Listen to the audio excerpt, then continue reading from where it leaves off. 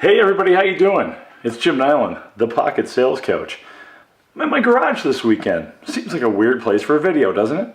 Actually, just like preparing this piece of beautiful woodwork for a finish, you have to do a lot. A lot goes into the preparation to make this finish flawless. And that's what we're going to talk about today, is preparing for your sales call. So hey, stay tuned. See ya.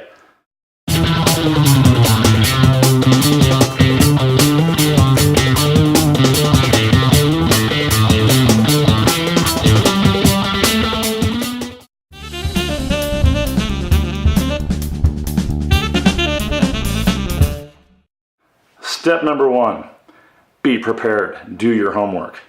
Now, what does that mean? Well, in these days, you have a plethora of places that you can go to find out information. You can go to Google. You can go to LinkedIn, LexisNexis, Hoover's. There are specific websites that are designed specifically for the industry that you're in. You can set up Google alerts. And what a Google alert is you can tag a specific person's name, the company name, one of their brand identities, the industry that they work in, and you'll get a daily diary, a daily email from Google that'll tell you all the hot things that are going on in that industry.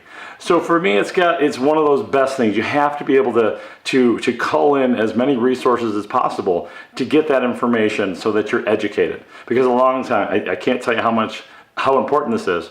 If you're educated, if you're informed, if you're plugged in, that prospect, that potential customer will key in on that. So it's very important that you do that type of homework.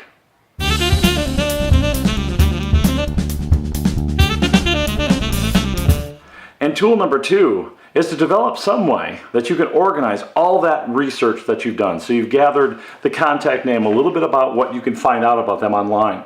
You've done a little bit of Google research. You've checked in on LinkedIn to see if there's any areas that you might have in common, or maybe that you might know a few of the same contacts. Find some way. If your company has a CRM system, please use it. Utilize it to the maximum benefit. And if it doesn't, make one. Make sure that it has all that key contact information, the industry, what possibly their most popular product or brand or services that they offer. Have all of that condensed into one spot. What that does is it takes away the guesswork. You're not sort of pulling straws trying to figure out that information that is so crucial and so important to the success of that sales call.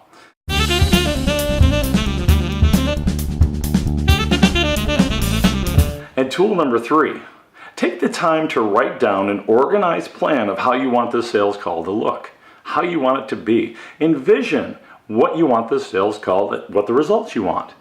Make sure that you cover what's important for you, what's important for the prospect, how you see it playing out. Now maybe this is a call where you just want to build some rapport or build credibility. At the end of the day, just make sure that you've envisioned what this call looks like and all the steps along the way. Now, one of the things that you want to make sure is that you do not forget that the objective is also to get a follow-up call, a follow-up visit. So include that in your written plan.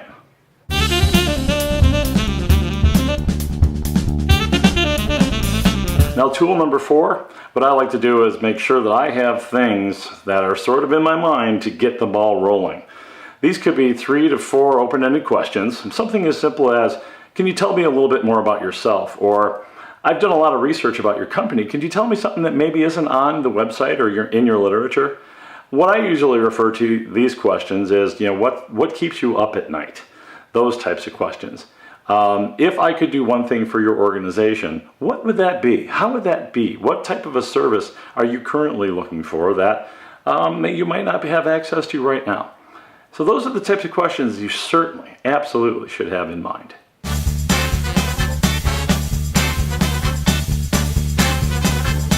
And now for tool number 5, which in my opinion is one of the best. It's one of the strongest and most important. Make sure that you have a positive attitude. We talked about this in a previous post where the importance of a positive attitude, having that positive outcome sort of pre-planned in your mind of what it's going to look like, really goes a long way. When you walk in with positivity, that prospect immediately will start to feed off of that. Just like the converse as well as too. If you walk in sort of doubting yourself, maybe negative, they'll pick up on that and feed off of that immediately.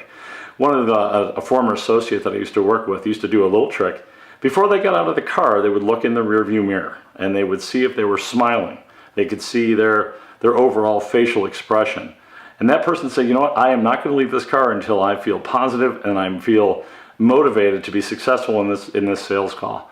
So those, I tell you, any little trick that you can use to motivate yourself and to make sure that you're walking into that prospect with a positive mindset, take any trick, anything that you can pull out of your bag of tricks and make sure that you have that.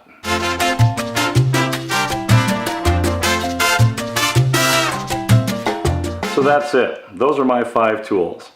These 5 tools will go a long way in making sure that you're presenting yourself in the most professional way, because remember, impressions, you don't get a second chance to make a first impression. I'm not a big fan of those buzz phrases, but it's a pretty good one.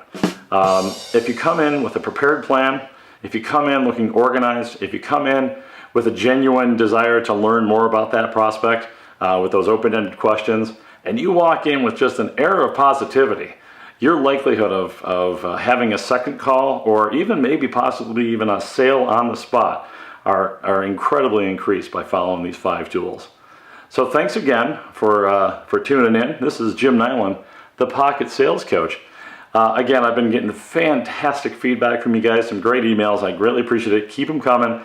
Put the email there at the end. And again, my website is thepocketsalescoach.com, so drop by.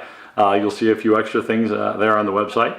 Look forward to seeing you next week. And again, hey, go sell something. See ya.